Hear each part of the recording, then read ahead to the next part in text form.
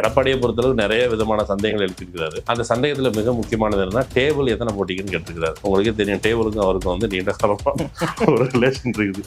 So table பற்றி அவர் வந்து மும்முரமாக கேள்வி கேட்டிருக்காரு. செருப்பு பற்றி கேள்வி கேட்டிருக்கிறாரு. தமிழ்நாட்டு மக்கள் 2026 திரும்ப ஒரு செருப்பறியை காத்திருக்கிறாங்க அப்படின்னு தெரியும். ஒரு உச்சக்கட்டத்துக்கு போய் நயனா வந்து ஏன் விஜய் அங்கே போகலன்னா அதுக்கு பதில் சொல்றாரு, ஒருவேளை விஜய் போய் விஜயும் கொல்லப்பட்டாருன்னா மறுபடியும் போய் அதுக்காக அவர் போகாமல் இருக்கலாம்னு சொல்லி விஜயே பேச முடியாத, தாவேக்காரங்களே பேச முடியாத ஒரு ஸ்டேட்மெண்ட்டை வந்து நயனா நாகேந்திரன், அதாவது கொள்கை எதிரி வந்து கொடுக்குறாரு. பிண விழாதான் காத்துட்டு இருக்கு ஒரு பிணவரி பிடிச்ச ஒரு கும்பல். அந்த கும்பலின் தலைவர் நயனா நாகேந்திரன் அவர் அப்படிதான் பேசுவார். யூடியூப்ல பண்றதுக்குலாம் நான் பொறுப்பு இல்லை அப்படின்னு ஒரு ஊடகத்தின் ஆசிரியர் அவர் சமூக வலைதளங்களில் பதிவு எழுதுறாரு. சரி, நீங்க பொறுப்பு இல்லை, யார் பொறுப்பு? நீங்க வேலை பார்க்குற ஊடகம் பொறுப்பு இல்லாம யூடியூப் சேனல் நடத்துது அப்படியா? நீங்க லைவ் போகும் பொழுது லைவ்ல மதியம் 12 மணியிலிருந்து மக்கள் காத்து கொண்டிருக்கிறார்கள். அவர்களுக்கு தண்ணீர் பற்றாக்குறை இருக்குது, அவர்கள் மத்தியில் டீஹைட்ரேஷன் இருக்குது, குழந்தைகளுக்கு நிற்கிறதுக்கு இடம் இல்லை. விஜய்க்கு இந்த குறிப்பிட்ட இடத்துக்கு தாமதமாக வந்தால் அது பிரச்சனை இருக்க வாய்ப்பு இருக்குது, சீக்கிரம் வாங்க. இப்படியான எந்த விஷயத்தையும் தமிழ்நாட்டில் ஸ்டாம்பீட் பத்தி ரிப்போர்ட்டிங்கே பண்ணாமலாம் இல்லைல்ல. அப்போ ரிப்போர்ட்டர்ஸ் கிரவுண்ட்ல போனவங்க அதெல்லாம் சொல்லியிருப்பாங்கல்ல. ஒருவேளை ரிப்போர்ட்டர்ஸ் சொல்லி மேல செய்தி போகாம தடுத்த எடிட்டர் யார்? ஒருவேளை நான் சொல்றேன், சிபிஐ விசாரணை ரொம்ப மீறி போய் தகர கொட்டாயில இருந்தவன் தான் அதுக்கு குற்றவாளின்னு சொல்லி முடிச்சாலும் முடிக்கலாம், அல்லது மரத்து மேல ஏறினவங்க கூட காரணம் முடிக்கலாம். ஆனால் அந்த குற்றவாளிகள் பட்டியலில் தவிர்க்க முடியாத ஒரு குற்றவாளிகள் ஊடகத்தை சார்ந்த நபர்கள், ஊடகத்தை நடத்துபவர்கள். விசாரணை வந்து இவங்க வரணும்ன்றீங்களா? ஆமா, எதுக்கு பண்ணி வந்து செய்தி போட்ட லட்சணம் என்ன, ஸ்டைல் என்ன? இப்படி செய்தி பரப்புரை 41 பேரை வந்து சாகிறதுக்கான ஒரு தூண்டுதலா இருந்ததுன்னா அவரும் கல்பிரேட் தான், கூட்டு விசாரிக்கலாம் செய்யணும். நீங்க அரசியல் ஊட்டப்பட்ட ஒரு சக்தியை வச்சுக்கிட்டு தான் நீங்க அரசியல் செய்யணும். அப்படி எந்த வியாக்கியானமும் இல்லாம அவங்ககிட்ட இப்போ வந்து தாவேக்காரங்க நம்ம பிஜேபி கூட கூட்டணி போறான்னு சொன்னா மாட்டேன்னு சொல்லுவாங்களா? கன்வின்ஸ் ஆயிடுவாங்கன்னு நீங்க சொல்ல வரீங்களா? ட்ரம்ப் கூட கூட்டணி வைக்கலாம்னு சொன்னாலும் நான் ஓகேன்னு சொல்லுவாங்க. ட்ரம்ப் கூட நம்ம கூட்டணி வைக்கலாம், ரைட்டு. அவர் அமெரிக்கா கூட்டணி வைக்க முடியும், அவர் அண்ணன் சொன்னா எல்லாம் கரெக்டு தான். ட்ரம்ப் கூட கூட்டணி வைக்கலாம், ஒபாமா பக்கத்து சைனா கூட கூட்டணி வைக்கலாம்னு சொன்னாலும் அவங்க ஓகே தான். ஏன்னா அண்ணன் சொல்லிட்டாரு. இது வந்து ஒரு கல்ட்டினுடைய பிரச்சனை. சுப்ரீம் கோர்ட்ல தீர்ப்பு. அந்த தீர்ப்பு என்ன? தமிழர்களை, தமிழ்நாட்டை அல்லது தமிழ் பூர்வீகமாக கொண்ட அதிகாரிகள் விசாரிக்க கூடாதுங்கிறது ஒரு இனவாத தீர்ப்பு. என்ன பொறுத்தவரை நீங்க தமிழ் தேசியம் பேசுகிற, திராவிடமும் பேசுகிற, இது ரெண்டும் எங்களுடைய இரு கண்கள்னு சொல்ற தாவேக்கா தொடுத்த வழக்குல ஒரு தீர்ப்பு வருது. அப்போ சார் இந்த இதுல தீர்ப்புல இதை மட்டும் கரெக்ட் பண்ணிக்க சார், தமிழ்நாட்டை பூர்வீகமாக கொண்டவர்கள் இருக்கலாம் சார் அப்படின்னு நீ கேட்டிருக்கணும். அதையும் செய்யல. வணக்கம். இன்றைய நிகழ்ச்சியில் நம்மோடு பேச ஊடகவியலாளர் தோழர் மகிழன் அவர்கள் இணைந்துள்ளார். வாருங்கள், அவரோடு பேசுவோம். வணக்கம். வணக்கம். இந்த கரூர் துயர சம்பவம் இது நடந்த பிறகு பல கான்ஸ்பிரசிகள் வந்து கிளப்பப்பட்டது. அதுக்கு பிறகு ஃபீல்ட் ரிப்போர்ட்டுக்கு போய் அதில் என்ன உண்மைன்றதை முடிஞ்ச அளவுக்கு வெளியே கொண்டு வர பார்த்தோம். இது வந்து சுப்ரீம் கோர்ட்டில் அந்த விஷயம் தீர்ப்பான பிறகு, அதாவது சிபிஐ விசாரிக்கும், அதை மானிட்டர் பண்ணுறதுக்கு ஓய்வு பெற்ற முன்னாள் உச்சநீதிமன்ற நீதிபதி தலைமையில் அது ஒரு மானிட்டர் கமிட்டி இருக்குன்றத தீர்ப்பு வந்த பிறகு, சட்டமன்றத்தில் இது வாத பொருளாக ஆன பிறகு அரசியல் கட்சி தலைவர்கள் இதை பற்றி என்ன பேசுகிறாங்க, அதை பற்றி தான் உங்ககிட்ட டிஸ்கஸ் பண்ணணும். இது எப்படி எல்லாரும் அணுகுறாங்க அப்படின்றத பற்றி தான் உங்ககிட்ட டிஸ்கஸ் பண்ணணும்னு நினச்சேன். அதுக்காக தான் பேட்டி. முதல் சட்டமன்ற விஷயங்களில் பேசுனதுக்கு முன்னாடி தாவேக்காவை சார்ந்த ஆதவர்ஜுனா அவர் வந்து ஒரு ஸ்டேட்மெண்ட் சொல்கிறார். நாங்கள் ஆட்சிக்கு வந்தால் கரூர் வந்து சுத்தம் செய்யப்படும், இந்த அசம்பாவிதத்துக்கு காரணமானவர்களை வந்து கட்டாயம் தண்டிப்போம் அப்படின்னு ஒரு ஸ்டேட்மெண்ட்டை கொடுத்துருக்கிறாரு. இந்த ஸ்டேட்மெண்ட் வந்து யார் அக்யூஸ் பண்ணுது, என்ன சொல்ல வராரு? நாங்கள் வந்து கரூரை கிளீன் பண்ணுவோம் அப்படிங்கிறது வந்து குறைந்தபட்சம் நீங்கள் மாநாடுகளுக்கு போகும் பொழுது அல்லது தெருப்பிரச்சாரங்களும் போகிறதே இல்லை, சாலை ஓரத்தில் ஏதாவது ஒரு முக்கிய சந்தில் நின்று பிரச்சாரம் பண்ணும்போது அங்கே ஏற்படுத்துகிற குப்பைகள் அதே கிளீன் பண்ணுவோம். ஒன்று. இன்னொன்று, குறைந்தபட்சம் அங்கே கரூரில் விட்டுட்டு அந்த ஸ்டாம்பிங் நடந்ததுக்கு மறுநாள் அங்கே கிடந்தது எவ்வளோகான செப்பல், செருப்புகள் கிடந்ததில்லை, அதை கிளீன் பண்ண வேணாம், எட்டி பார்க்க கூட இவங்க போல. 16வது நாள் முடிஞ்சதுக்கு பிறகு, அதாவது அவங்க வீட்டு சொந்தக்காரங்க அவங்க காரியம் பண்ணுறது அதை நம்பிக்கையின் அடிப்படையில் ரைட்டு. 16ஆம் நாள் காரியம் முடிஞ்சதுக்கு பிறகு கிட்டத்தட்ட இவர்கள் மீதான வழக்குக்கும் சேர்த்து காரியம் பண்ணுறதுக்கான வேலைகள்லாம் பண்ணிட்டு சுப்ரீம் கோர்ட்டுக்கு போய் தமிழ்நாட்டில் எஸ்ஐடி விசாரணை நடத்தக்கூடாது, தனிநபர் ஆணையம் விசாரிக்கக்கூடாது. சுப்ரீம் கோர்ட்டில் இவங்களோட ப்ளீ என்ன, இவங்களுடைய ப்ரேயர் இவங்க சொல்கிறதுபடி நாங்கள் சிபிஐ கேட்கவில்லை. சரி, 2 பேரும் சிபிஐ கேட்டிருக்கிறாங்க. அவங்க வந்து நாங்கள் கேட்கவே இல்லை, எங்கள் பேரில் ஃபோர்ஜரியில் சிபிஐ கேட்டாங்க. நாங்கள் சிபிஐ கேட்கல, நாங்கள் சிபிஐ பொறுத்தளவு அது கைப்பாவை, ஒன்றிய அரசின் கைப்பாவைன்னு எங்கள் தலைவர் விமர்சனம் பண்ணியிருக்கிறாரு. ஆர்எஸ்எஸோட கைப்பாவைன்னு. அப்படி இருக்கும்போது நாங்கள் முறையிட்ட ஒரு வழக்கில் அதில் சிபிஐ போட்டிருக்கீங்களே, எப்படிங்க அது பயாஸ்டாக நடக்காதுன்னு எப்படி சொல்கிறது, ரத்து பண்ணுங்க அப்படின்னா ஒன்று கோரிக்கை வைக்கல. அதாவது இவங்க வந்து எங்கப்பம் குதிரைக்குள்ளே இல்லைங்கிற மாதிரி இந்த பக்கமாக ஏவி விட்டுட்டு அந்த பக்கமாக சரி சிபிஐ கொடுத்துட்டாங்க. நாங்கள் கேட்கவே இல்லையே, நாங்கள் ஏற்கனவே கைப்பாவின்னு சொல்லியிருந்தோம். உச்சநீதிமன்றம் அவங்களா பார்த்து யுவர் லார்டு கொஞ்சம் பார்த்து போட்டு கொடுங்கிற மாதிரி கிடச்சிச்சின்னு சொல்கிறாங்க. வந்துடுச்சு, விசாரணை நடந்துட்டு இருக்குது. இது வரைக்கும் யாரும் அரெஸ்ட் செய்யப்படலை. அவங்க வந்து ஃபாரன்சிக் இந்த அந்த குறிப்பிட்ட சம்பவம் நடந்த இடத்த ஆய்வு பண்ணிட்டு இருக்கா சொல்கிறாங்க. அது ஒரு பக்கம் இருக்கட்டும். இவங்க க்ளீன் பண்ணுவோம், நாங்கள் கரூரை க்ளீன் பண்ணுவோம் ஆட்சிக்கு வந்தால் என்னன்னு சொன்னபோது எனக்கு உடனே ஒருத்தர் நபர் நினைவு வந்தார். அந்த யூபியை ஆண்டு கொண்டு இருக்கிற யோகி ஆதித்யநாத் மொட்டை பாஸ். அவர் வந்து அவருன்ற வாழ்க்கையில் நடந்த ஒரு சம்பவம், முக்கியமான சம்பவம். அவர் வந்து எம்எஸ்சி கிராஜுவேட். அவர் வேலை தேடிட்டு இருக்கிறார். எந்த வேலையும் கிடைக்கல. அவருக்கு கிடைச்ச வேலை சாமியார் வேலை. சாமியாராக வேலை கிடைச்சதுக்கு பிறகு அங்கேருந்து இன்னொரு வேலை கிடைக்குது, அது எம்பி வேலை. எம்பி வேலை கிடைச்சதுன்னா எம்பி வந்து அப்பாயின்மெண்ட் கிடையாதுல்ல, தேர்தல் எடுக்கணும். தேர்தல்னா என்ன பண்ணணும்? கலவரம் பண்ணணும். ஃபஸ்ட்டு ஒரு கலவரம், கொஞ்சோண்டு தான் ஓட்டு கிடைக்குது. இன்னும் கலவரம், இன்னும் கொஞ்சம் ஓட்டு கிடைக்குது. நிறைய கலவரம், சீஃப் மினிஸ்டர் பதவியே கிடைச்சிருச்சு. இப்போ அதுக்கு முன்னாடி அந்த கலவரத்தை தூண்டுவதற்கு 2007 மகாராணா பிரதாப் சௌரியான்னு ஒரு இடத்துல ஜனவரி 27 2007 இவர் பேசுறது வன்முறை, இஸ்லாமியர்களுக்கு எதிராக வன்முறை தூண்டும் விதமாக பேசுகிறார். அந்த பேசுறதை கேட்டு ஒருத்தர் அதை ரெக்கார்ட் பண்ணி, பர்வேஸுங்கிற ஒரு பத்திரிக்கையாளர், அவர் கேஸ் போடுறார். எழுத்தடிக்க மஜிஸ்ட்ரேட் கோர்ட்டுக்கு போனால் அப்படி தள்ளி போட்டுருக்காங்க. கடைசியில் அலகாபாத் ஹைகோர்ட்டுக்கு போகிறார். 10 வருஷம் சட்ட போராட்டம். அலகாபாத் ஹைகோர்ட்டுக்கு போனால் யோகி ஆதித்யநாத் மீது நடவடிக்கை ஏன் எடுக்கவில்லைன்னு சொல்லி அவர் யாருக்கு அனுப்புறாரு? சிஎம்க்கு அனுப்புறாரு. சிஎம் யாரு? சிஎம்க்கு அனுப்புறாரு. அதுக்கு முன்னால சிஎம் வந்து இவர் யோகி ஆதித்யநாத் முன்னாடி சிஎம் இவர் அகிலேஷ் யாதவ் தான் நினைக்கிறேன். அவர் வந்து தேர்தல் வர்றதுனால சாமியார் மேலே கை வச்சா நமக்கு ஓட்டதாக போயிடும்னு வழக்கமான ஓட்டரசியல் தயக்கத்தில் அவர் எடுக்கலை. தேர்தல் முடிந்து யோகி ஆதித்யநாத் ஆட்சிக்கு வந்தது. உச்சநீதிமன்றம் போட்ட அந்த ஆர்டர் வந்து டேபிளில் இருக்குது. யோகி ஆதித்யநாத் பேப்பரை திரும்பி பார்த்தா யோகி ஆதித்யநாத் மேலே ஏன் நடவடிக்கை எடுக்கலை அப்படின்னு வந்தால் அவர் அந்த மேலே நடவடிக்கை எடுத்துட்டாரு, கேஸை க்ளோஸ் பண்ணிட்டாரு. அதுக்கப்புறம் நடந்த முக்கியமான விஷயம், பர்வேஸ் அண்ட் கூட இன்னொரு ஆள், அந்த 2 நபருக்கு மேலே rape charge, fake rape charge. 40 வயதுள்ள ஒரு பெண், அந்த நம்ம ஸ்ட்ரீட் வெண்டர், அந்த காய்கறி விற்கிற அந்த அம்மா வந்து புகார் கொடுத்ததா. முதல்ல பூர்வாங்கமாக விசாரிச்சுட்டு ஒரு காவல்துறை அதிகாரி இதில் வந்து ஆதாரமே இல்லைன்னு கேன்சல் பண்ணிடுறாங்க. அந்த ஆளை ட்ரான்ஸ்ஃபர் பண்ணிவிட்டு இன்னொருத்தரை போட்டு, என்ன மேட்டர்னா இவங்க சொன்ன அந்த ரேப் சார்ஜ் இருக்குல்ல, அந்த ரேப் சார்ஜ் நடந்ததாக சொல்லப்பட்ட இடத்துல அது வந்து திருவிழா கூட்டம் இருக்கிற இடம். இன்னொன்று, அந்த சம்பவம் நடந்ததாக சொல்லப்பட்ட அந்த குறிப்பிட்ட சமயத்தில் 2 பேருமே அந்த இடத்துல இருந்ததுக்கான ஆதாரம் இல்லை, அந்த 2 ஆண்கள். அப்போ அங்கே நடந்திருக்க வாய்ப்பு இல்லைன்னு சொன்னபோதும் மேற்கொண்ட ரேப் சார்ஜ்லாம் போட்டு அவங்க உள்ளதுக்கு தட்டு வச்சிட்டாங்க.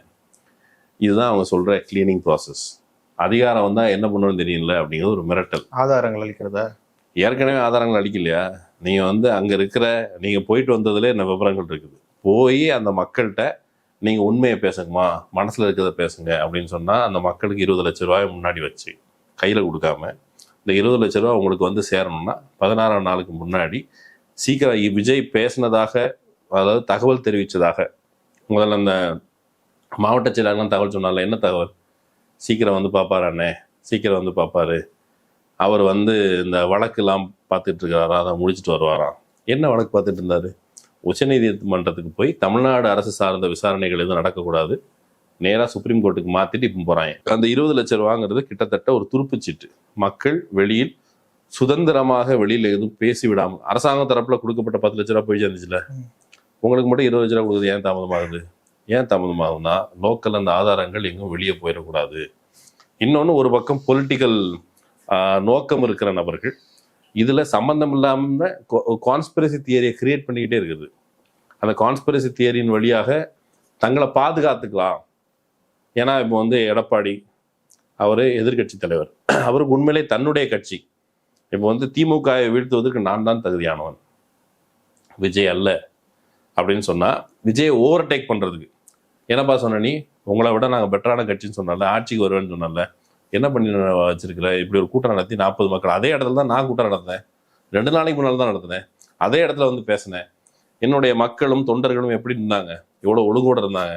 உன் கட்சிக்காரங்க மரத்தில் ஏறுறாங்க, கரண்ட் கம்பத்தில் ஏறுறாங்க, கடையோட மேலே இருக்க அந்த தகர கொட்டாயில் மேலே ஏறுறாங்க, மரத்து மேலே ஏறுறாங்க, பாரு எவ்வளோ பெரிய ஸ்டாம்பீட் ஆகிடுச்சு. மக்களே, இவர்கள் ஒழுங்கு இல்லாத கூட்டம், நான் தான் திமுகவை எதிர்க்க திராணி உள்ளவன் அப்படின்னு சொல்லி இந்த விஷயத்தை பொலிட்டிக்கலாக அதிமுகவுக்கு ஆதரவாக பயன்படுத்தி கொள்வதற்கு மாறாக அதிமுக தொண்டர்கள் அல்லது தமிழ்நாட்டு மக்கள் மீது நம்பிக்கை இல்லாமல் அவர் விஜய் தரப்புக்கு சாயிறாரு. அப்படிங்கிற பொழுது இவ்வளோ பலவீனமான எதிர்கட்சி தலைவர் நம் கையில் இருக்கும் பொழுது, அப்புறம் பாஜக ஆசிட்டிஸ், இதில் எப்படியாவது நம்ம வந்து அவன் வந்து பணம் இருந்தாலும் அந்த பணத்துல இருக்கிற காசை நம்ம எப்படியாவது பயன்படுத்தலாமா, பணத்தை பயன்படுத்தி அவன் ஏற்கனவே பணம் கட்சி தான் அது. மும்பை இந்து முஸ்லீம் கலவரம், அதில் பணத்தை வச்சு தான் அரசியல் பார்த்தாங்க. அதை வச்சு பாஜக சிவசேனா அங்கே ஆட்சிக்கு வந்தது. அதே போல் எந்த ஊர்லேயும், குஜராத் மட்டும் இல்லை, உத்தரப்பிரதேசம் ஏற்கனவே யோகி ஆதித்யநாத் ஆரம்பத்தில் தொடங்கும்போது சொன்னேன், எல்லா ஊர்லேயும் நல்ல கலவரம் பண்ணுறது தான் அவனுடைய ரெஸ்யூமில் இருக்கிறது. தமிழ்நாட்டில் அப்படி ஒரு கலவரம் பண்ணுறதுக்கான முயற்சியில் ஈடுபட்டு அதை செய்ய முடியாத காரணத்தினால இவன் ரெஸ்யூம் செல்லாதுன்னு சொல்லி அண்ணாமலை துரத்தி விட்டாங்க. அப்போது இப்போ இவ்வளோ 41 பிணங்கள் விழுந்தோடனே பிணக்கட்சி வந்துருச்சு, அதிமுக வந்துருச்சு. இப்போ எல்லா கட்சியும் சேர்த்து வச்சுக்கிட்டு நம்ம ஏதாவது பண்ணலாங்கிற அந்த நம்பிக்கையில் இருந்தால் இவங்க இந்த வேலையை பார்க்குறாங்க. 2024 ஆட்சிக்கு வரணும் அவர் சொல்கிறாரு. இல்லை, அதில் ஒரு முரண்பாடு இருக்குது. விஜய் வந்து பாஜக தான் கொள்கை எதிரின்னு அறிவிச்சு பிரச்சாரம் பண்ணிட்டு இருந்தாரு. அதிமுக என்ன வச்சாரோம்னா, இந்த மாரி சில ஆதாயங்களுக்காக என்னைக்கும் நாங்கள் திசை மாறி கூட்டணி போயிட மாட்டோம் பாஜகவுக்கு அப்படின்றத முடிச்சிட்டாரு. அப்போ திமுக ஆப்வியஸ்லி அவங்க தான் வந்து அரசியல் எதிரி, அவங்ககிட்டயும் இது பண்றது கிடையாது. அப்படி இருக்கும்போது அவர் இந்த விஷயத்துல கண்டித்து தானே விடப்பட்டிருக்கணும். எப்படி வந்து எல்லாரோட, அதாவது குறிப்பா பாஜக அதிமுகவோட ஆதரவு அவர் எப்படி சூழ்ந்தது? சவுக்கு பேசுறாப்புல, எடப்பாடி மட்டும் பேசலன்னா, இன்னைக்கு ஆதரவா பேசலன்னா விஜய்க்கு தீன்னா இருக்கும் பேசுறாப்புல. அது யோசிச்சு பார்க்க, எடப்பாடிக்கு ஸ்கோர் பண்றதுக்கு நீங்க அடிப்படையில் அதிமுக இவங்க தாவேக்காவை பொறுத்தளவுக்கு அவர்கள் பெரியாரையோ அம்பேத்கரையோ வீரமங்கை வேலு நாச்சியாரையோ அல்லது அஞ்சலி அம்மையாரோ இவங்களை வந்து பயன்படுத்தி ஒரு போட்டோ மட்டும்தான். இது வரைக்கும் விஜய் நடத்திய கூட்டங்களில் பெரியாரை பற்றி ஒரு 10 நிமிடம், அம்பேத்கரை பற்றி ஒரு 10 நிமிடம், அஞ்சலி அம்மையாள் குறித்து ஒரு 10 நிமிடம், அல்லது வீரமங்கை வேலு நாச்சியார் குறித்து ஒரு 10 நிமிடம் அப்படிலாம் எதுவும் பேசப்படலை. அது எதுவும் தனக்கும் தெரியாது, நாங்கள் வச்சுக்கிட்டு வஞ்சனம் பண்ணல, உங்களுக்கும் தெரிய வேண்டாம் அப்படிங்கிற லெவலில் தான் அவங்களுடைய கொள்கை இருக்குது. கொள்கை எதிரி பாஜக, அரசியல் எதிரி திமுகங்கிறதே அதில் ஒரு ஓட்டை. கொள்கை எதிரி யாரோ அவன் தானே அரசியல் எதிரியாக இருக்க முடியும். கொள்கை எதிரி நீ அங்கே தள்ளி நில்லு, உன் கூட எனக்கு சண்டை இல்லை. அரசியல் எதிரிங்கிறது வந்து அது ஒரு ஓட்டையான ஒரு வியாக்கியானம். இன்னொன்று, அம்பேத்கர் அவங்களுடைய ஜென்ம விரோதி. அம்பேத்கரை எப்படியாவது ஒழிச்சு கட்டணும்னு மும்முரமாக இருந்த சங் பரிவார அமைப்பினர் அம்பேத்கரை 90களுக்கு பிறகு தங்களவர்களாக வருத்திக் கொள்கிறார்கள். அது எப்பவுமே நடந்திருக்குது எல்லா ஊர்லேயும். நீங்கள் வந்து ஃபார் எக்ஸாம்பிள் பிர்சா முண்டா, ஜார்க்கண்ட் சத்தீஸ்கர் பகுதியில் பிர்சா முண்டா நேரடியாக ஏகாதிபத்திய எதிர்ப்பு, பிரிட்டிஷ் ஏகாதிபத்திய எதிர்ப்பு, மிஷினரிஸ், ஜமீன்தார், அதனுடைய எதிர்ப்பு குறியீடு. அதே போல் சந்தால் கிளர்ச்சியை சார்ந்த அந்த போராளிகள், அவங்க முர்முன்னு சொல்லுவாங்க. அந்த நம்ம இன்னைக்கு ஜனாதிபதி இருக்காங்களா முர்மு, அந்த மாதிரி முர்முன்னு பெயர் முடியும். அந்த போராளிகள் இவங்க எல்லாத்தையுமே தங்களவர்களாக தெரிவித்துக் கொள்கிற பகத்சிங்கே அப்படிதான் ப்ரொஜெக்ட் பண்றாங்க எல்லாரும். பகத்சிங்கு டர்பனே அவர் பெரும்பாலும் கடைசி காலத்தில் கட்டல, டர்பனே காவி டர்பன் கட்டுற அளவுக்கு அவங்க போயிட்டாங்க. அப்போ யாரையும் விட்டு வைக்க தயாராக இல்லை. இந்த பக்கமும் கூட இவங்க பெரியாரையோ அம்பேத்கரையோ இவர் வச்சிருக்காரு. பக்கத்துல பவன் கல்யாண்னா இவங்க புரோக்கர் வேலை பார்த்து எடப்பாடி கிட்ட பேச வச்சான்னு சொல்றாங்களா, அந்த ஆள் நான் சேகுவேரா வழி வந்தவன்லாம் சொன்னா. அப்படி அம்பேத்கர்னாரு, சனாதன தர்ம எதிர்ப்புன்னு சொன்னாரு. விஜய் மாதிரி இல்லை, அவர் இன்னும் ஓப்பனாகவே கூட பேசினாரு, கம்யூனிஸ்ட் கட்சிகளோட கூட்டணி வச்சுக்கிட்டாரு. அப்புறம் என்ன, இப்போ வந்து பொலிட்டிக்கல் கமிட்மெண்ட் அப்படிங்கிறது தேர்தல் தொடர்பானது அல்ல. தேர்தல் வந்து உங்களுடைய மொத்த அரசியல்ல ஒரு பகுதி.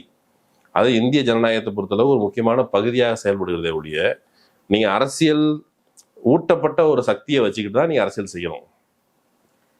மெயின் ஸ்ட்ரீம் பார்ட்டிஸ்லாம் மேபி அதை ப்ரொபோஷன் முன்ன இருக்கலாம். அப்படி எந்த வியாக்கியானமும் இல்லாமல் அவங்ககிட்ட இப்போ வந்து தாவைக்காரங்கிட்ட நம்ம பிஜேபி கூட கூட்டணி போனான்னு சொன்னால் மாட்டேன்னு சொல்லுவாங்களா? கீழே எந்த கொள்கை அடிப்படையில் திரட்டி வச்சிருக்கேன், நம்ம வந்து அதிமுக கூட கூட்டணி வைக்கலாம் மாட்டேன்னு நீங்க சொல்ல வரீங்களா? ட்ரம்ப் கூட கூட்டணி வைக்கலாம்னு சொன்னாலும் நான் ஓகேன்னு சொல்லுவாங்க. ட்ரம்ப் கூட நம்ம கூட்டணி வைக்கலாம், ரைட்டு. அவர் அமெரிக்கா கூட்டணி வைக்க முடியும், அவர் அண்ணன் சொன்னா எல்லாம் ரைட்டு தான். ட்ரம்ப் கூட கூட்டணி வைக்கலாம், யாரு கூட கூட்டணி வைக்கலாம். ஒபாமா குறைச்சி மதிப்பிடுறீங்களா? அதிகப்படியா மதிப்பிடுறீங்க நீங்க. ட்ரம்ப் ஒபாமா பக்கத்து சைனா கூட கூட்டணி வைக்கலாம்னு சொன்னாலும் அவங்க ஓகே தான். ஏன்னா அண்ணன் சொல்லிட்டாரு. இது வந்து ஒரு கல்ட்டினுடைய பிரச்சனை. அவர் வந்து இப்போ சாதாரணமாக கீழே இருக்கிற மக்கள், அவர்கள் அப்கோர்ஸ் விஜய் கட்சியை சார்ந்தவங்க, கீழே இருக்கிற சாதாரண மக்கள், ஏழை எளிய மக்கள், அவர்களுக்கு இந்த டெமோக்ராட்டிக் செட்டப் வந்து நமக்கு பெரிய அளவில் நமக்கு நலன் புரியலைங்கிற பொழுது ஏதாவது மாற்றம்ங்கிற ஒரு எண்ணம் இருக்கலாம். இல்லை, இறந்துறவங்களே பெரும்பான்மையானவர்கள் வந்து அப்படிப்பட்ட இடத்த அப்போ அவங்க வந்து சாதாரணமாக நமக்கு ஏதாவது மாற்றம் வந்தால் நல்லா தானே இருக்கும். அந்த எதிர்பார்ப்பை நான் தப்புன்னே சொல்ல மாட்டேன். ஆனால் அதை கேடாக பயன்படுத்தி கொள்ளுகிற நோக்கம் இருக்குங்கிறது தான் நமக்கு பிரச்சனையே. அப்படி இருக்கும் பொழுது அவர் எடப்பாடி ஒரு பேசலன்னா விஜய்க்கு என்ன ஆயிருக்கும் அப்படின்னு சொல்லி, எடப்பாடி பேசலாம் விஜய்க்கு என்ன ஆயிருக்கும் சவுக்கு கேட்கிறாருல, எடப்பாடி பேசலன்னா எடப்பாடிக்கு என்ன ஆயிருக்குங்கிற மிக முக்கியமான கேள்வி. அவருக்கு என்ன ஆயிருக்கும்? எடப்பாடிக்கு இந்த எலெக்ஷன்ல பாஜகவோட கூட்டணி வைத்து, போன முறை கூட்டணி வச்சிருந்தாங்க, ஜெயக்குமார் என்ன சொன்னாரு, இந்த சனியன்களோட கூட்டணி வச்சு நான் தோக்குற ஆளாங்க, நானே தோத்து போயிட்டேன் அப்படின்னு சொன்னாரு. சிவி சண்முகம் அதே மாதிரி சொன்னாரு. இப்பவும் கூட கடுப்போட தான் இவங்க தொல்லை தாங்கலை, விட்டு போடா சனின்னு சொன்னாலும் போக மாட்டேங்காங்க. தற்காலிகமா அண்ணாமலை பேரை சொல்லி தப்பிச்சோம், திரும்பி வந்து சனி மாதிரி இந்த வேதாளம் ஏறுற மாதிரி திரும்ப ஏறி நிற்கிறாங்கிற ஒரு கடுப்புல தான் இருக்காங்க. பாஜகவோட கூட்டணி வைத்து இவர்கள் ஜெயிக்க முடியாது அப்படின்னு தெரியும். அப்போ பாஜக சார்பாக பாஜக கூப்பிடுதுன்னு வச்சுமே, விஜய் சார் நீங்க வாங்க சார் கூட்டணிக்கு வர்றீங்கன்னு சொன்னா விஜயோடைய கிரெடிபிலிட்டி கீழே இறங்கும். தொண்டர்கள் இப்போ தமிழ்நாட்டு மக்கள் அவங்க கடைநிலையில் இருக்கிறாங்க, மாற்றம் எதிர்பார்த்தாலும் நீ எவ்வளவு பெரிய பிரமாதமான மாற்றத்தை பாஜக பேர்ல கொடுத்தா அவங்க ஏத்துக்க மாட்டாங்க. அந்த அளவுக்கு அது கசப்பானதாக இருக்கு. அதுக்கு பதிலாக எடப்பாடியை வச்சு பேச வச்சிருக்காங்க. அவர் ஒரு ஸ்பீக்கர், விஜய் முடிஞ்சா கூட்டுவாங்க, நம்ம ஜெயிக்கிறதுக்கான வழியை பார்ப்போம். அவர் எப்படியாவது எடப்பாடி அப்படி ஒரு கூட்டு வந்தா நம்ம கட்சியை காப்பாத்திக்கலாம், ஒருவேளை ஆட்சி அரியணைக்கு போறதுக்கான வாய்ப்பு அமைந்தால் அப்படின்னு நப்பாசை தான். எடப்பாடி விஜயை காப்பாற்றிக் கொள்வதற்காக பேசவில்லை. அவர் வந்து யாருக்காகவும் பேசல, மக்கள் நலனுக்காக பேசல. நான் இதை அரசியலாக்க விரும்பல. அரசு வந்து அக்கறையோட முன்னெச்சரிக்கை நடவடிக்கைகள் எடுத்திருந்தா இந்த மரணங்கள் நிகழ்ந்திருக்காது அப்படின்னு சொல்லி அவர் மக்கள் அக்கறை சார்ந்து பேசுறதா சொல்றாங்க. இங்க ஒரு கூட்டணி கணிக்காக அதை மலிவா ப்ரொஜெக்ட் பண்றீங்க. மக்கள் மேல அக்கறைன்னா விஜய் ஒன்னு நம்பி வந்தா இத்தனை பேர் இறந்து போயிருக்கான் போய் பாரியான்னு சொல்லியிருக்கணும். மக்கள் மேல அக்கறை இருந்தா இயல்பாக ஒரு தன்னுணர்வா வந்திருக்கும். அவர் தான் மேல அக்கறை, தன் மகன் மீது அக்கறை, தன்னுடைய சம்மதி மேல அக்கறை தான் அதை பேசுறாரு. ஏற்கனவே கேஸ் இருக்குது. எடப்பாடியை பொறுத்த மட்டில் விஜயை கூட்டு வரணும் அப்படிங்கிறது அசைன்மெண்ட், பாஜக கொடுத்த அசைன்மெண்ட். அந்த அசைன்மெண்ட்டுக்காக பேசிட்டு இருக்காரு. இப்ப அதை எப்படியாவது எப்படி இந்த அளவுக்கா அதுக்கு இந்த அளவுக்கா வெளில சட்டமன்றம் முடிச்சுட்டு வந்து பிரஸ் மீட் கொடுக்கும்போது தாவைக்கா தலைவர் மீது செருப்பு வீசப்பட்டது 10 நிமிஷத்துலயே, அதை நான் உள்ள சொன்னா நான் பேச விட மாட்டேங்க, அதை மக்களுக்கு கொண்டு போகணுன்றதுக்காக இப்போ நான் வந்து ஊடகங்கள்ல சொல்றேன்னு சொல்ற அளவுக்கா இந்த அசைன்மெண்ட் அவர் செயல்படுத்துறாரு. அதிமுகன்னு ஒரு ஹிஸ்டரி இருக்குது, வரலாறு இருக்குது. அவங்க வந்து ஃபார் எக்ஸாம்பிள் ராமராஜ்யம் முடிந்தவுடன் ஜானகி ராஜ்யம் தானே அப்படின்னு சொல்லிட்டு ஜெயலலிதா அவர்களை வண்டையா திட்டினாங்க. அப்புறம் ஜானகியை வச்சு ரொம்ப நாள் ஆட்சி கண்டினியூ பண்ண முடியாதுன்னு சொல்லி அதுக்கப்புறம் ஜெயலலிதா ராஜ்யம் தானே நான் பாக்கெட்டில் எப்போதுமே எம்ஜிஆர் ஃபோட்டோ, அப்புறம் ஜெயலலிதா ஃபோட்டோ, இப்போ எடப்பாடி ஃபோட்டோ, சசிகலா பார்க்க போனால் சசிகலா ஃபோட்டோ, அப்படியே அந்த ஒரு ட்ரைப். நம்ம என்ன சொல்கிறோம், விஜய் பக்கம் கூடுன நபர்கள் குறித்து பேசுகிறோம். அதிமுக திரட்டுன்னு வச்சுல்ல, இவர் விஜயனுடைய மூத்தவர் இருக்கிறார், அவர் தான் புரட்சி தலைவர் எம்ஜிஆர். அவர் திரட்டினதே இந்த மாதிரி லட்சம் தான் திரட்டினார். திராவிட இயக்கம் அதனுடைய செல்வாக்கு, அதனுடைய பரப்புரை, அதன் வழியாக திரட்டப்பட்ட அந்த கூட்டத்தை மக்களை மெல்ல மெல்ல டைல்யூட் பண்ணி ஒரு கட்டத்திற்கு எடப்பாடி மாதிரியான தொண்டர்கள் இப்போ வந்து அந்த கட்சியில் நெடுஞ்செழியன் இருந்தார்ல, திராவிட இயக்க அரசியல் பேசுறவங்க இப்போ வந்து ஃபார் எக்ஸாம்பிள் எடுத்துக்காட்டுக்கு அதிமுகவில் அகில இந்தியன் பேர் சேர்த்ததுக்கு அதிமுகவில் கலகம் வந்தது. அந்த கட்சியில இன்னைக்கு எடப்பாடி இருக்கிறார். எடப்பாடி கிட்ட திராவிடம்னு கேட்டால் அதில் அறிஞர்கள் சொல்றாங்க. ரெண்டுக்கு வித்தியாசம் புரியுதுல்ல. நீங்க தலைவரா யார் வேணாலும் வரலாம், ஆனா கொள்கை தெரிஞ்சாதானே வரணும். என் கட்சி கொள்கையே தெரியாது, ஆனா நான் தான் தலைவர், ஏன்னா என்கிட்ட இவ்வளவு நான் திரட்டி வச்சிருக்கிறேன், கட்சியை நான் தான் ஏலத்துல எடுத்துருக்கிறேன், எனக்கு தான் சொந்தம். அந்த லெவல்ல இருக்கிறவருக்கு ஏலத்துல எடுத்த பொருளை யாராவது திருடிட்டு போயிடுவாங்கிற பயம். அப்போ அவர் விஜய் ஏலத்தில் எடுக்க நிற்கிறாரு. இப்போ விஜய் எவ்வளவு விலை கொடுத்தானோ, இப்போ விஜய் வந்து எந்த விலை கொடுத்தான்னு தன்னை காப்பாத்திக்கணுங்கிற ஒரு பொசிஷனுக்கு இந்த ஸ்டாம்ப் எடுத்து தள்ளி இருக்குது. இந்த குறிப்பிட்ட வெளியில வந்து ஓப்பனா ஒரே ஒரு பிரஸ் மீட், வேற எதுவுமே வேண்டாம், விஜய் ஒரு பிரஸ் மீட்டை சந்திச்சு இன்னென்ன விஷயங்க. எடப்பாடி பழனிசாமி பேசினார்ல உங்களுக்காக, இப்போ எடப்பாடி பழனிசாமி தாவைக்காவோட ஸ்பீக்கர் மாதிரி. ஆதவ் அர்ஜுன் பேசாததை ஆதவ் அர்ஜுனால இவ்வளவு வழக்கமா பேச முடியல, அந்த அருண் ஐஆர்எஸ்ஸா அவரால் இவ்வளவு பேச முடியல. அப்போ இது அதிமுக ஏற்கனவே நீண்டகாலமாக பயிற்சி பெற்ற ஒரு பேச்சாளர் இருக்கிற முறையில் அவர் தாவேக்காவுக்காக சட்டமன்றத்து வாசல்ல நின்று பேசியிருக்கிறார். இல்ல, அவர் அதிமுகல பயிற்சி பெற்ற பேச்சாளர்ன்றீங்க. அவர் பேசுனதுக்கான சோர்ஸா அவர் என்ன சொல்றாருன்னா, டிவியை பார்த்து தெரிஞ்சுக்கிட்டேன், அவர் மேல செருப்பு வீசப்பட்டதோ இல்லை மற்றது அவர் சொல்ற குற்றச்சாட்டுலாம் டிவியை பார்த்து தெரிஞ்சுட்டாரு. அதே டிவியில தானே எதுக்காக செருப்பு வீசப்பட்டது, மக்கள் எப்படி மூச்சு தண்ணீர் இருந்தாங்க, இது எல்லாம் இந்த ஃபுட்டேஜ் எல்லாம் அந்த டிவியில தானே வந்தது. டிவி ஆஃப் பண்ணிருப்பாங்க, இவர்கிட்ட காமிச்சா யாரு காமிச்சான்னு இருக்குல்ல, ஸ்கிரிப்ட் எழுதி கொடுத்தா சொல்லியிருப்பா. அப்படி இப்போ டிவியை பார்த்து அவர் தெரிஞ்சுக்கிட்டாருன்னா இவ்வளவு விவரங்கள். அது இன்னொரு பிரச்சனை இருக்குன்னா, அவர் டிவியை பார்த்துட்டு தெரிஞ்சுக்கிட்டேன் அப்படின்னு ஒன்று சொல்றாருல்ல, எந்த டிவியில இப்போ வந்து யூடியூப் பார்த்து தெரிஞ்சுக்கிட்டேன்னு சொன்னாருன்னா நீங்க அந்த கேள்வி கேட்கலாம். டிவியை பார்த்து டிவியில எந்த டிவியில இதை போட்டாங்க? ஓகே, இப்போ இந்த டிவிகள்ல உண்மைக்கு நெருக்கமாக இப்போ இந்த சிபிஐ வழக்குல இருந்து பல்வேறு விஷயங்கள்ல இணையதள ஊடகங்கள் தான் அதில் முனைப்பு காட்டுது. எந்த டிவி விஜய் எக்ஸ்போஸ் பண்றதுக்கு தயாரா இருந்தது? அவர் வந்து விஜயும் தவறு செய்திருக்கிறார், விஜய் பாவம் அந்த அளவுக்கு கூட இருக்கு. ஏங்க போயிட்டு மக்கள்கிட்ட போயிட்டு என்ன கேட்குறாங்க, விஜய் கஷ்டப்படுறாராமே, அதை பற்றி நீங்கள் என்ன நினைக்கிறீங்க? அப்போது நீங்கள் யோசிச்சு பாருங்க எந்த அளவுக்கு வக்கரமாயிடுச்சு. அவங்க குடும்பத்தை இழந்து நிற்கிறாங்க, விஜய் கஷ்டப்படுறாராமே அதை பற்றி என்ன நினைக்கிறீங்க கேட்குற அளவு தான் ஊடகங்கள் இருக்கு.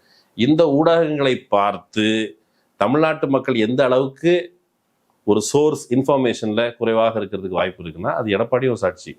எடப்பாடின்னு குறை சொல்லக்கூடாது. மீடியா என்ன சொல்லுதோ அதை பார்த்து தெரிஞ்சுக்கிறேன்னு ஒருத்தர் முடிவு பண்றாருன்னா எடப்பாடிக்கு எவ்வளவு தெரியுமோ அவ்வளவுதான் தெரியும். எடப்பாடியை பொறுத்தளவு நிறைய விதமான சந்தேகங்கள் எழுப்பியிருக்கிறாரு. அந்த சந்தேகத்துல மிக முக்கியமானது என்னன்னா டேபிள் எத்தனை போட்டிங்கன்னு கேட்டிருக்கிறாரு. உங்களுக்கே தெரியும் டேபிளுக்கும் அவருக்கும் வந்து நீண்ட காலமா ஒரு ரிலேஷன் இருக்குது. ஸோ டேபிள் பத்தி அவர் வந்து மும்முரமா கேள்வி கேட்டிருக்காரு. செருப்பு பத்தி கேள்வி கேட்டிருக்கிறாரு. தமிழ்நாட்டு மக்கள் 2026 திரும்ப ஒரு செருப்பறியை காத்திருக்கிறாங்க அப்படின்னு தெரியும். இதுதான் இன்னைக்கு வந்து சட்டமன்றத்தில் வந்து தமிழக வாழ்வுரிமை கட்சியோட தலைவர் எம்எல்ஏ வேல்முருகன் அவர் வந்து குற்றச்சாட்டு வச்சிருக்காரு. இந்த ஸ்டாம்பேடுக்கு, இந்த மரணங்களுக்கு, இந்த இழப்புக்கு ஊடகங்கள் பெரிய பொறுப்பு. அவங்க தான் இந்த கூட்டம் சேர்றதுக்கு விஜயோட பிம்பத்தை ஊதி வச்சிருக்கிறாங்கன்னு ஒரு கடுமையான விமர்சனத்தை வச்சிருக்காரு. அது அப்படியே பொருந்தும்னு நினைக்கிறீங்களா? ஆமா, இப்போ விஜய் இப்போ வந்து ஒரு பக்கம் என்ன சொல்லு, நாங்க வந்து யூடியூப்ல பண்றதுக்கெல்லாம் நான் பொறுப்பு இல்லை அப்படின்னு ஒரு ஊடகத்தின் ஆசிரியர் அவர் சமூக வலைதளங்கள்ல பதிவு எழுதுறாரு. சரி, நீங்க பொறுப்பு இல்லை, யார் பொறுப்பு? அப்போ நீங்க வேலை பார்க்குற ஊடகம் பொறுப்பு இல்லாம யூடியூப் சேனல் நடத்துது அப்படியா? அப்படி இல்லை. நீங்க லைவ் போகும் பொழுது லைவ்ல மதியம் 12 மணியிலிருந்து மக்கள் காத்து கொண்டிருக்கிறார்கள். அவர்களுக்கு தண்ணீர் பற்றாக்குறை இருக்குது, அவர்கள் மத்தியில் டீஹைட்ரேஷன் இருக்குது, குழந்தைகளுக்கு நிற்கிறதுக்கு இடம் இல்லை, குழந்தைகளை கூட்டம் வந்திருக்கிறாங்க, இப்படிலாம் பிரச்சனை இருக்குது. விஜய் சீக்கிரம் வரணும், விஜய்க்கு இந்த குறிப்பிட்ட இடத்துக்கு தாமதமாக வந்தால் அது பிரச்சனை இருக்க வாய்ப்பு இருக்குது, சீக்கிரம் வாங்க, இப்படியான எந்த விஷயத்தையும் மக்கள் வந்து இங்கே கூட்டம் கூடுறதுனால அதிகமாக கூட்டம் கூடுது, இங்கே ஸ்டாம்பீட் நடக்கிறதுக்கான வாய்ப்பு இருக்குது, ஆகையில் போகாதீங்க. தமிழ்நாட்டில் ஸ்டாம்பீட் பற்றி ரிப்போர்ட்டிங்கே பண்ணாமலாம் இல்லைல்ல. இந்த மூத்த ஊடகவியலாளர்கள் எல்லாருக்கும் விவரம் தெரியல. ஜெயலலிதா அம்மையார் கும்பகோணம் மகாமகத்துக்கு போகும்போது ஸ்டாம்பீட் நடந்துச்சா இல்லையா? அப்புறம் எம்ஜிஆர் நகர்ல இந்த வெள்ள நிவாரணம் கொடுக்கும்போது அங்கேயும் ஸ்டாம்பீட் நடந்துச்சு. ஸ்டாம்பீட் வந்து தமிழ்நாட்டுக்கு புதுசு இல்லை. அப்போ இப்படி நடக்கிறதுக்கு வாய்ப்பு இருக்குங்க. கூட்டம் வந்து ஒரு கண்ட்ரோல்டா இருக்கணும். இந்த கட்சிக்குன்னு ஒரு பாணி இருக்குது. இந்த கட்சியில் திரளுகிற இளைஞர்கள் அவர்கள் புதிதாக எழுச்சியை கண்டது போல ஒரு கண்ணா பின்னான்னு இருக்கிறாங்க. சிலர் மது அருந்தி விட்டு கூட வந்திருக்கிறார்கள் மக்கள் சொன்னதன் அடிப்படையில். அப்போ ரிப்போர்ட்டர்ஸ் கிரவுண்ட்ல போனவங்க அதெல்லாம் சொல்லியிருப்பாங்கல்ல. ஒருவேளை ரிப்போர்ட்டர்ஸ் சொல்லி மேலே செய்தி போகாம தடுத்த எடிட்டர் யார், மக்களிடம் செய்தியை போக தடுத்தது யார், இது எல்லாமே சேர்த்து தான் சிபிஐ விசாரணை நடத்துதுன்னு சொன்னா சிபிஐ அந்த இடத்துல யார் தள்ளி விட்டா அப்படிங்கிறது இல்லை. யார் இந்த இது வந்து தகரக்கோட்டாய் மேலே யார் ஏறி நின்னது, அவனால தான். ஒருவேளை நான் சொல்றேன் சிபிஐ விசாரணை ரொம்ப மீறி போய் தகரக்கோட்டாயில் இருந்தவன் தான் அதுக்கு குற்றவாளின்னு சொல்லி முடிச்சாலும் முடிக்கலாம், அல்லது மரத்து மேலே ஏறினவங்க கூட காரணம் முடிக்கலாம். ஆனால் அந்த குற்றவாளிகள் பட்டியலில் தவிர்க்க முடியாத ஒரு குற்றவாளிகள் ஊடகத்தை சார்ந்த நபர்கள், ஊடகத்தை நடத்துபவர்கள்.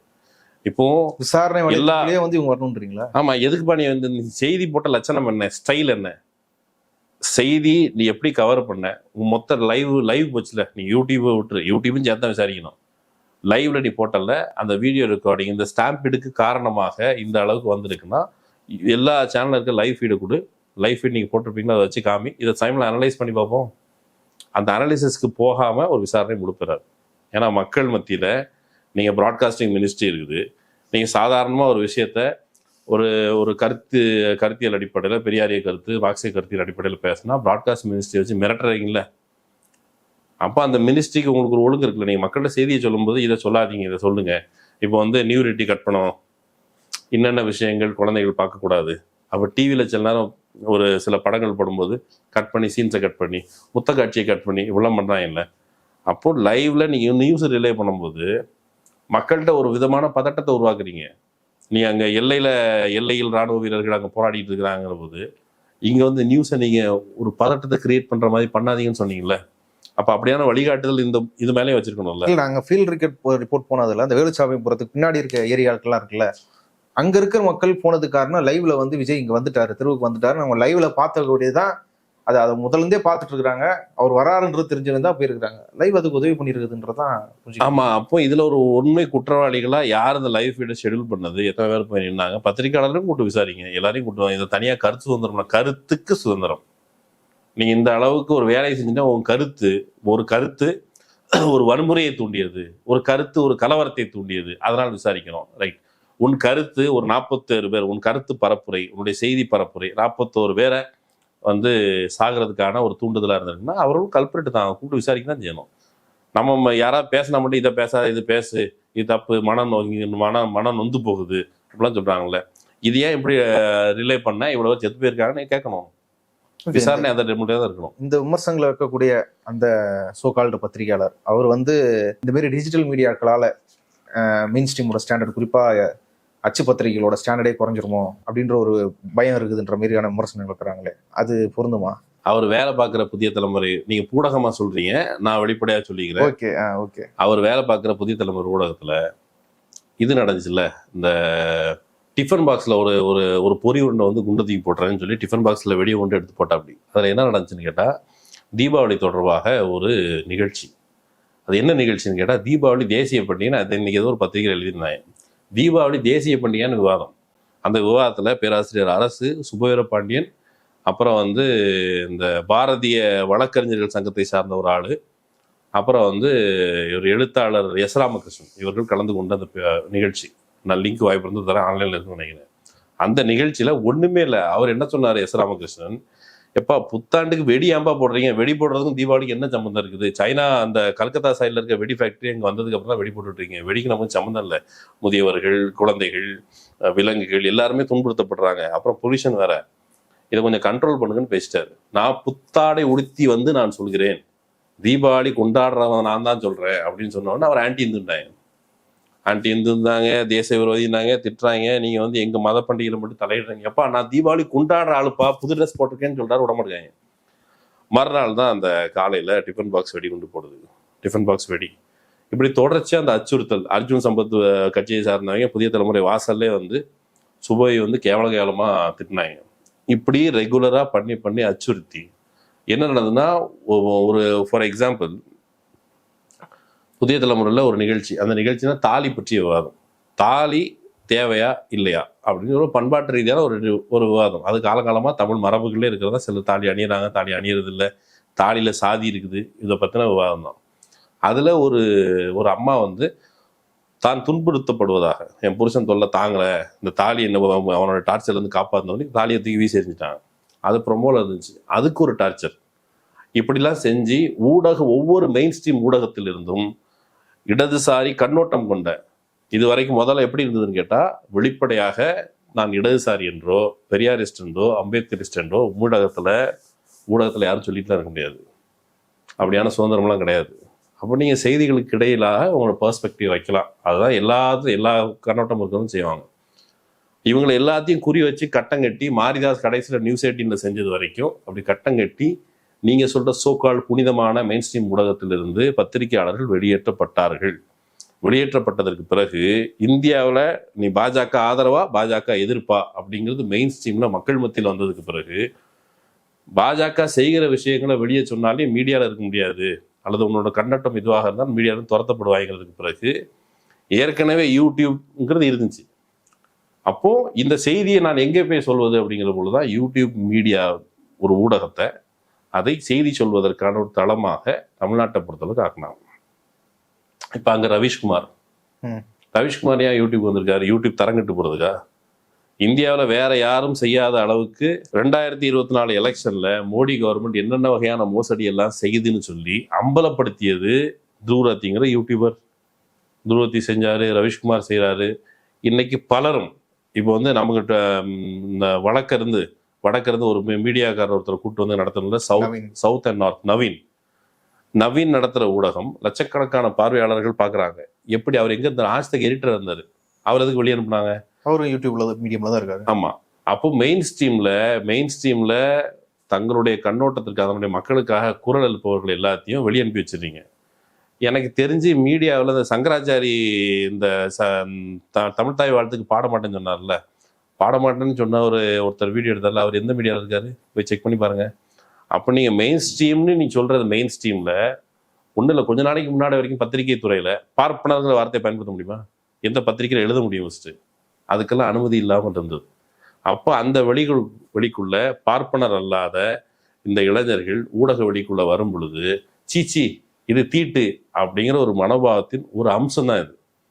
நீங்கள் ஊடகத்தை என்னுடைய வந்து பெரியார் பத்திரிகை தர்மத்தை பற்றி அவங்க பேசுகிறாங்க. இந்து இருந்தது, இப்போ இதர பார்ப்பன பத்திரிகைகள்லாம் இருந்தது. பெரியார் ஏன் பத்திரிகை நடத்தினார்?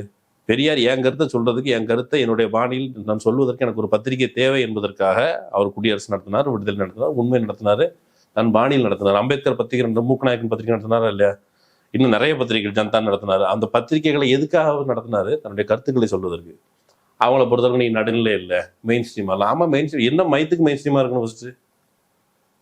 ஏன் ஸ்ட்ரீம் என்னுடைய கருத்துக்களை மக்கள் மத்தியில் கொண்டு போய் சேர்ப்பதற்கு நீ சொல்ற சோகால் மெயின் ஸ்ட்ரீம் என் மக்களை மழுங்கடிக்க வைத்திருக்கிறது, சொரணை கட்டி வச்சிருக்கிறது. ஒன்றும் இல்லை, 2G ஸ்பெக்ட்ரம் வந்த பொழுது அன்னைக்கு வந்து பத்திரிகைகள்ல முதல் பக்கத்துல நம்பரா போட்டாங்கல்ல. இப்போ அது பின்னாடி வந்ததுக்கு பிறகு அதே அளவுக்கு இம்பார்ட்டன்ஸ் கொடுத்தாங்களா? நீதிமன்றம் இப்படி ஆக்கிடுச்சு. ராஜா ஒவ்வொரு பகுதியா போய் பேட்டி கொடுத்தாருல்ல, ஆராசா ஒவ்வொரு பகுதியா பேட்டி கொடுத்தாரு. ஒரு ஃபேக்கா ஊழல் எதிர்ப்புங்கிற ஒரு நரேஷனை வச்சு இந்தியா முழுக்க மக்களை மேனிப்புலேட் செய்து ஆட்சியை கைப்பற்றிய பாஜக இது போலியான வகையில் ஆட்சியை கைப்பற்றி இருக்குது. அதுக்கு பிறகு ஓட்சோரியிலிருந்து இவ்வளவு விஷயங்கள் பேசப்பட்டிருக்கு. மெயின் ஸ்ட்ரீம்ல அதுக்கு எவ்வளவு நீங்க பிளாட் கொடுத்துருக்கீங்க, எவ்வளவு ஸ்லாட் கொடுத்துருக்கீங்க, எவ்வளவு விவாதிச்சிருக்கீங்க, மக்கள் மத்தியில் எவ்வளவு பரப்புரை செஞ்சிருக்கீங்க. மோடி கடந்த தேர்தலில் மத ரீதியான கண்ணோட்டத்தோடு பேசுகிறார், அதுக்கு நீ எவ்வளவு இடம் கொடுத்தீங்க? மெயின் ஸ்ட்ரீமை பொறுத்தளவுக்கு தமிழ்நாட்டை பொறுத்தளவுக்கு மெயின் ஸ்ட்ரீம் வந்து மெயின் ஸ்ட்ரீமா இருக்கிறது காரணம் என்ன தெரியுமா? வெளியிலிருந்து வருகிற அழுத்தம் காரணமாக பார்ப்பனர் அல்லாத இளைஞர்கள், படித்தவர்கள், ஓரளவு அரசியல் கற்றவர்கள் அவங்க வெளியில பேச தொடங்கும் போது தங்களுக்கும் ஒரு முற்போக்கு சாயம் வேண்டும் என்பதற்காக ஒண்ணும் இல்லை. ஆனந்தவுடன் பத்திரிகை எடுத்துக்கோங்க. ஆனந்தவுடன் பத்திரிகையோட பழைய ஹிஸ்டரி எடுத்து பார்த்தா அது துக்ளக்குடைய சாயல்லே இருக்குது. துக்ளக் சாயல்லே தான் இருக்கும். 90களுக்கு பிறகு நம்ம ஆட்கள் வந்து உள்ள போன உடனே நம்ம ஆளுங்க தான் பத்திரிகை வாங்கி படிக்கணுங்கிறதுனால ஒரு இடதுசாரி முற்போக்கு இந்த வடிவங்களை கிடைச்சிருக்கலாம். அப்படிதான் இந்த மெயின் ஸ்ட்ரீம் ஊடகத்தோட லட்சணம். அப்போ ஊடகம் நான் என் மக்களிடம் பேசுவதற்கு ஒரு கருவி. பத்திரிகைங்கிறது அதுதானே. செய்தியே சொல்ல போறீங்க, நடந்துச்சு இப்படி நடந்துச்சு, அதுக்கு பெர்ஸ்பெக்டிவ் ஆட் பண்ணி பண்ண தரம் முதல்ல குறைஞ்சி போச்சு. நீ மக்களுடைய தரத்தை இதுக்கு முன்னாடி என்ன தரம் வச்சிருந்தீங்க? நீங்கள் மெயின் ஸ்ட்ரீமில் பத்திரிகை இதழில் என்ன எழுதிட்டு இருந்தீங்க? மெயின் ஸ்ட்ரீமில் இந்த பத்திரிகைகளில் வந்து ரொம்ப நீங்கள் அரசியல் ரீதியாக கரெக்டாக தான் எழுதிட்டு இருந்தீங்களா? எல்லாத்துக்கும் அதுக்கான முக்கியத்துவம் தான் கொடுத்தீங்களா? இது வந்திருக்குது. இந்த இளைஞர்கள் கற்றுக்கொள்வார்கள். நீ சொல்றது இல்லை மெயின் ஸ்ட்ரீம், நாங்கள் நடந்து போகிற பாதை தான் மெயின் ஸ்ட்ரீம். அதை வந்து கண்டிப்பாக நிரூபிக்கும் காலகட்டத்தில். இந்த வழக்கு வந்து இந்த கடலூர் துயரம் சம்பந்தமான அந்த விசாரணை வழக்கு வந்து சிபிஐக்கு மாற்றப்பட்டிருக்குது. ஓய்வு பெற்ற உச்சநீதிமன்ற நீதிபதி தலைமையில் ஒரு மானிட்டர் கமிட்டி போட்டிருக்கு. இந்த வழக்கு விசாரணை தொடங்கிடுச்சு. இப்போ பேச்சும் வந்து ஒட்டுமொத்தமாக வந்து அரசு கையை விட்டு இதெல்லாம் போயிடுச்சு, ஒரு தாவேக்காக ஆதரவான நிலைகள் இதெல்லாம் போயிடுச்சு, அந்த வழக்கே அப்படிதான் முடிய போகுது, இது கிட்டத்தட்ட ஒரு வெற்றி தாவேக்காக்கு அப்படின்ற பிரச்சாரங்கள் ஆரம்பிச்சிச்சு ஒரு பக்கம். இன்னொரு பக்கம் தாவேக்கு ஆதரவா இந்த மாதிரி பாஜக, அதிமுக இதெல்லாம் இன்னும் ஸ்ட்ராங்கா இதெல்லாம் கான்ஸ்பிரசின்னு சொல்லப்பட்டதோ அதெல்லாம் இவர்களே இன்னைக்கு ஒரு உச்சக்கட்டத்துக்கு போய் நயன்தாரா வந்து ஏன் விஜய் அங்கே போகலன்னா அதுக்கு பதில் சொல்றாரு, ஒருவேளை விஜய் போய் விஜயும் கொல்லப்பட்டாருன்னா மறுபடியும் போய் அதுக்காக போகாம இருக்கலாம்னு சொல்லி விஜயே பேச முடியாத, தாவேக்காரங்களே பேச முடியாத ஒரு ஸ்டேட்மெண்ட்டை வந்து நயனார் நாகேந்திரன், அதாவது கொள்கை எதிரி வந்து கொடுக்குறாரு. இந்த சூழல் இது என்னவா போய் முடியும், இந்த வழக்கு எப்படி போய் முடியும் நீங்க பாக்குறீங்க? நயனார் நாகேந்திரன் வந்து அவர் வந்து ஒருவேளை கூட்டத்தில் விஜய் போனால் அவரும் கொலை செய்யப்படலாமே அப்படின்னு சொல்றது வந்து பிஜேபியினுடைய நீண்ட காலமாக இருக்குது. கொலை செய்யப்படுறதுக்காக ஒரு ஆதாரம் சொல்கிறேன். இப்போ வந்து அந்த சங்கி மூளை எப்படி செயல்படுறது, மும்பையில் இந்து முஸ்லீம் கலவரம் நடந்ததுக்கு பிறகு சிவசேனா தலைவர் பேசுகிறாரு, அங்கே நடந்த ஸ்ரீகிருஷ்ணா கமிஷன் இவங்களுடைய ஆட்டிடியூட் எப்படி இருக்குது, ஒரு நீதி பரிபாலன அமைப்புகள் மேலே இவங்களுடைய கண்ணோட்டம். ஸ்ரீகிருஷ்ணா கமிஷன் வந்து பால் தாக்கரே மேலே குற்றம் சொல்லுது. பால் தாக்கரே ஏ1 சொல்லிடுச்சு. அவர் தான் சாம்னா பத்திரிகை எழுதி இஸ்லாமியர்களுக்கு வன்முறை தூண்டினாருன்ட்டு. பால் தாக்கரே என்ன பண்ணாரு, பாம்பேல தாதரில் சிவாஜி பார்க்கில் நடந்த மீட்டிங்கில், தம்பி என்னையா கைது பண்ண சொல்கிற, கைது பண்ணுற அன்னைக்கு நீ பாம்பேல இருக்கணும், உன் பணம் விழும் அப்படின்னு சொல்லி பப்ளிக்காக பேசினார். அவங்களுடைய ஆட்டிடியூட் அது. அதே போல் குஜராத் பெருமை யாத்திரை, கௌரவ யாத்திரை, கொலைகாரர்கள் என்னை பார்த்து கொலைகாரன்னு சொல்கிறாங்க அப்படின்னு சொன்னார். ஆனால் அந்த பிஜேபி அந்த கொலையில் ஈடுபட்ட சங் பரிவார கும்பல் இருக்குல்ல, சங் பரிவார கும்பல் அந்த கொலை குறித்து நான் அதை கொலை பண்ணும்போது எனக்கு எப்படி இருந்துச்சு தெரியுமா அப்படின்னு சொல்லிச்சு. இந்த ஹிஸ்ட்ரி பேக்ரவுண்டில் இருந்து அந்த கட்சிக்கு போனோடனே இவருக்கு தொத்திக்கிச்சான்னு தெரியல.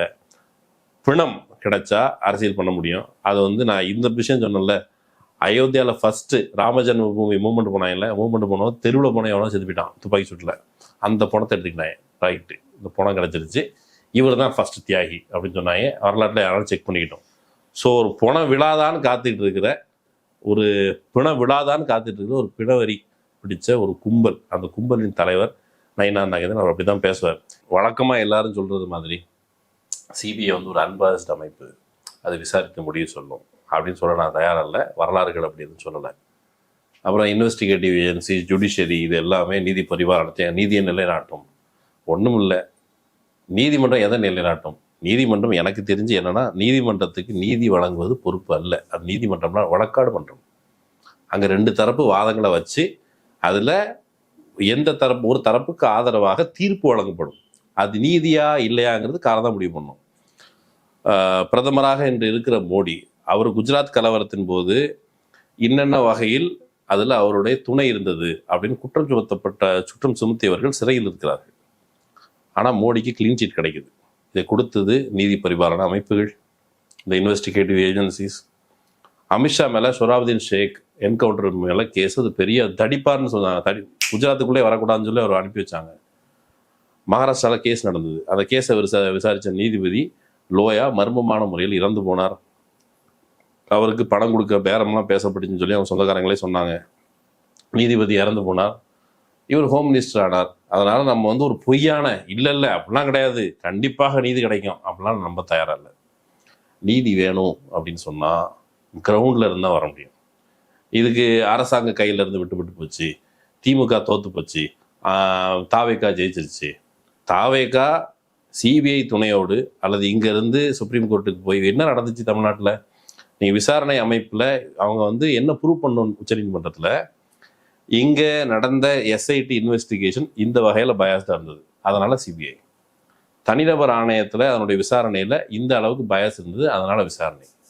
அதனால் எங்களுக்கு வேற ஒன்றும் நீ பயாஸே ப்ரூவ் பண்ணலையே. அப்ரிஷியேட் தானே பண்ணியிருக்கிறாங்க. எஸ்ஐடியோட தலைமை அதிகாரி இருக்கார்ல அஷியா கருக்கு, அவரை வந்து அப்ரிஷியேட் பண்ணி தான் நீதிபதிகளும் சொல்லியிருக்காங்க. அவரை விட ஒன்று உங்களுக்கு என்ன சிறந்த அதிகாரி வேணும், அவரே ஒரு சிறந்த அதிகாரி அப்ரிஷியேட் தானே பண்ணியிருக்காங்க. அப்போது நீங்கள் எந்த பயாஸும் இல்லாத பொழுது நீங்கள் சிபிஐ நாடுவது அப்படிங்கிறது உங்கள் அப்பன் குதிரைக்குள்ள எங்கள் அப்பன் குதிரைக்குள்ள இல்லைன்னு சொல்லி ஏதோ சொல்கிறதா தான் நோக்கம் இருக்குது. நீங்கள் இன்னொரு இன்வெஸ்டிகேட்டிவ் ஏஜென்சிஸ் வழியாக ஏற்கனவே ஆதவ் அர்ஜுன் ஒரு பேட்டியில் சொல்லும் பொழுது இது சிபிஐக்கு அனுப்புறதே காலந்தாழ்த்ததுக்கு தாங்க அப்படின்னு சொல்லியிருக்காரு. அது வாக்குமூலம், முன்னாடியே இந்த சம்பவம் அறிஞ்சு வாக்குமூலம் கொடுத்தாலும் தெரியல. தமிழ்நாட்டை பொறுத்தவரையில் நீங்கள் தமிழ்நாடு அரசு மிக மிக ஸ்ட்ராங்காக இருக்குது அப்படின்லாம் சொல்ல வரல. அப்படி கிடையாது. தமிழ்நாட்டில் நாம் தேர்ந்தெடுத்து எம்எல்ஏக்களை தேர்ந்தெடுத்திருக்கிறோம். அவர்கள் சட்டமன்றத்துக்கு போய் சட்டம் இயற்றினால் பின்வாசல் வழியாக கவர்னர் வழியாக அந்த சட்டத்தை முடக்கிறதுக்கான வேலை நடக்குது. ஒருவேளை சட்ட ரீதியாக போய் சுப்ரீம் கோர்ட்டுக்கே போயிட்டு வந்தாலும் அப்புறம் நியமனத்துக்கு ஒரு நீதிபதி உட்காந்துட்டு அதுக்கு முடக்கிறதுக்கான வேலையை செய்கிறாரு. அப்போ இதுதான் ஃபைட். யதார்த்தத்தில் இதுதான் உண்மை. நம்ம இருக்கிற இந்த எம்எல்ஏக்களோடு சேர்ந்து நின்று மக்களும் சேர்ந்து நிற்கணும். ஒன்றும் இல்லை, சுப்ரீம் கோர்ட்டில் தீர்ப்பு. அந்த தீர்ப்பு என்ன? தமிழ்நாட்டை அல்லது தமிழ் பூர்வீகமாக கொண்ட அதிகாரிகள் விசாரிக்க கூடாதுங்கிறது ஒரு இனவாத தீர்ப்பு. என்னை பொறுத்தளவு அது ஒரு இனவாத கண்ணோட்டம் இருக்குது. நீங்க தமிழ் தேசியம் பேசுகிற, திராவிடமும் பேசுகிற, இது ரெண்டும் எங்களுடைய இரு கண்கள்னு சொல்ற தாவேகா தொடுத்த வழக்குல ஒரு தீர்ப்பு வருது. தமிழ்நாட்டை சார்ந்த கேடர்ஸ் இருக்கலாம், ஆனா தமிழ்நாட்டை பூர்வீகமாக கொண்டு இருக்கக்கூடாது அப்படிங்கிறது ஒரு பயாஸ்டு. ஏன் தமிழ்நாட்டு அதிகாரி, நான் சொல்றேன், நீ எந்த ஒரு அதிகாரியாரு அதுல பயாஸ் இருக்கிறதுக்கும் வாய்ப்பு இருக்குது, நீதி வலுவாமல் விசாரணை நடத்துவதற்கும் வாய்ப்பு இருக்குது. இந்த அளவுகோல் வந்து இன அடிப்படையில் கிடையாது. அப்போ சார் இந்த இதுல தீர்ப்புல இதை மட்டும் கரெக்ட் பண்ணிக்கங்க சார், தமிழ்நாட்டை பூர்வீகமாக கொண்டவர்கள் இருக்கலாம் சார் அப்படின்னு நீ கேட்டிருக்கணும். அப்படின்னு கேட்கல, கண்டம் பண்ணிருக்கலாம்ல, அதையும் செய்யலை. இந்த தீர்ப்பு வந்து எங்களுக்கு முழுமையாக உடன்பாடு இல்லைங்க, இந்த விஷயம் இருக்குன்னு சொல்லி சொன்னாங்களா தாவேக்கா? அதை சொல்லலை. இல்லை, வெளியில வருந்தும் அட்ரஸ் பண்ணல, அதெல்லாம் செய்ய மாட்டாங்க. ஏன்னா அது அவங்களுக்கு தோதா தான் வந்திருக்குது. அப்போ வெளிநாட்டில் இப்போ வந்து ஹேமாமாலினி வந்துச்சு. ஹேமாமாலினி உள்ளிட்ட அந்த விசாரணை அதிகாரிகள், அவங்க விசாரணை அதிகாரிகளை அவங்க எதுக்கு வந்து விசாரிச்சாங்க? விசாரிச்சுட்டு அங்கே நம்ம ஏற்கனவே ஒரு வீடியோ பார்த்தோம். அந்த வீடியோவில் ஒருத்தர் என்ன சொல்கிறாரு, ஏங்க மாவட்ட அலுவலகம் இவங்களே வந்து மாவட்ட நிர்வாகமே வேஸ்ட்டுங்க, தாவேக்கா மாவட்ட நிர்வாகம் தோற்று போச்சுன்னு சொல்கிறாரு. இதெல்லாம் கேட்டு போயிட்டு போலீஸ் தான் காரணம் ரிப்போர்ட் கொடுத்துருக்குறாங்க. அப்போ போலீஸ் மேலே சார்ஜ் பண்ணிட்டு இந்த கேஸை ஊற்றி மூடுறதுக்கான வேலை நடக்கலாம். 41 பேருக்காக ஒரு முறை அந்த ஸ்ரீமதி கேஸ் நடந்துச்சுல, அப்போ வந்து 2 மாதம் கழித்து ஒருத்தங்க வந்து ஃபோன் பண்ணி ஸ்ரீமதிக்கு நீதி கிடைக்குமா அப்படின்னு கேட்டாங்க. என்னம்மா பண்ணுறீங்க அப்படின்னு கேட்டால், ஊரில் ஏதோ வேலை பார்த்துட்டுங்க. அப்படிலாம் நீதி கிடைக்காது. நீதி வேணும்னு சொன்னால் அதுக்கு கன்சிஸ்டண்ட்டான ஃபைட், அதன் வழியாக நீதி கிடைக்கும். அதர்வைஸ் நீதி வரணும். சும்மா போகிறவில்ல, அப்போ அவருக்கு நீதி கிடைக்கல கொஞ்சம் கொடுத்துட்டு போவோம் அப்படிலாம் யாரும் கொடுக்க மாட்டாங்க. அப்போ தமிழ்நாட்டிற்கு நீங்கள் 41 பேருக்கு நீதி வேணும்னா அந்த நீதி வாங்க வேண்டிய பொறுப்பு தமிழ்நாட்டின் முதலமைச்சர் ஸ்டாலினுடையது மட்டுமல்ல, தமிழ்நாட்டில் தேர்ந்தெடுக்கப்பட்ட அரசாங்கம் இருக்குது, அவர்களுடைய பொறுப்பு மட்டுமல்ல, தமிழ்நாட்டில் இருக்கிற உண்மையிலே மனிதாபம் கொண்ட எல்லாருடைய பொறுப்பு. அப்படி தான் அதை பெற முடியும். அப்படி இல்லை சிபிஐக்கு போனால் போயிட்டு அதுக்கு பிறகும் நாம் நீதியை பெற்றுத்தர போராடுவோம். இப்போ நீட் வந்து கையெழுத்து போட்டு அங்கே கொண்டு போயிட்டாங்க. கொண்டு போனதுக்கு பிறகு இங்கே ஃபைட் ஒன்று நடக்குது இல்லை, சட்ட ரீதியான ஃபைட் நடக்கும். அதன் வழியாக தான் பெற முடியும். சட்ட ரீதியான ஃபைட்டுன்னா இவங்க சொல்ற மாதிரி இந்த ஜென்சி புரட்சி, குறைந்தபட்சம் இந்த ஜென்சி புரட்சி நான் பண்ணுவேன்னு சொன்னேன்ல, அவனை டிலீட் பண்ணிட்டு ஓடிப்பிட்டேன். வா தெலுங்குல இருந்து ஜென்சி புரட்சியை நடத்தியாவது. இல்ல அது அவரு பண்ண மாட்டாரு, இளைஞர்களா சேர்ந்து இப்படி பண்ணி அப்படி பண்ணதான் தீர்ப்பு நீதி. ஏன்னா அவர் பணக்காரர், அவர் தெரியாதுங்கன்னா அவருக்கு வந்து கை காலில் ஏதாவது ஆயிடும். அதான் ஒரு பண்ணையார்கள் வழிமொழிகிற புரட்சி அது. காலம் கண்டிப்பா பதில் சொல்லுவோம். இது வந்து ரொம்ப நாள்லாம் இப்படி ஊத்தி மூடிட்டு இருக்க முடியாது. நம்ம வந்து அவநம்பிக்கையும் கொள்ள வேண்டாம், அதீத நம்பிக்கையும் கொள்ள வேண்டாம். அவ்வளவுதான் நம்முடைய பொசிஷனா இருக்கும்னு நினைக்கிறேன். இவ்வளவு நேரம் இந்த செய்தி குறித்து விரிவாக உங்க கருத்துக்களை பகிர்ந்து கொண்டதுக்கு நன்றி.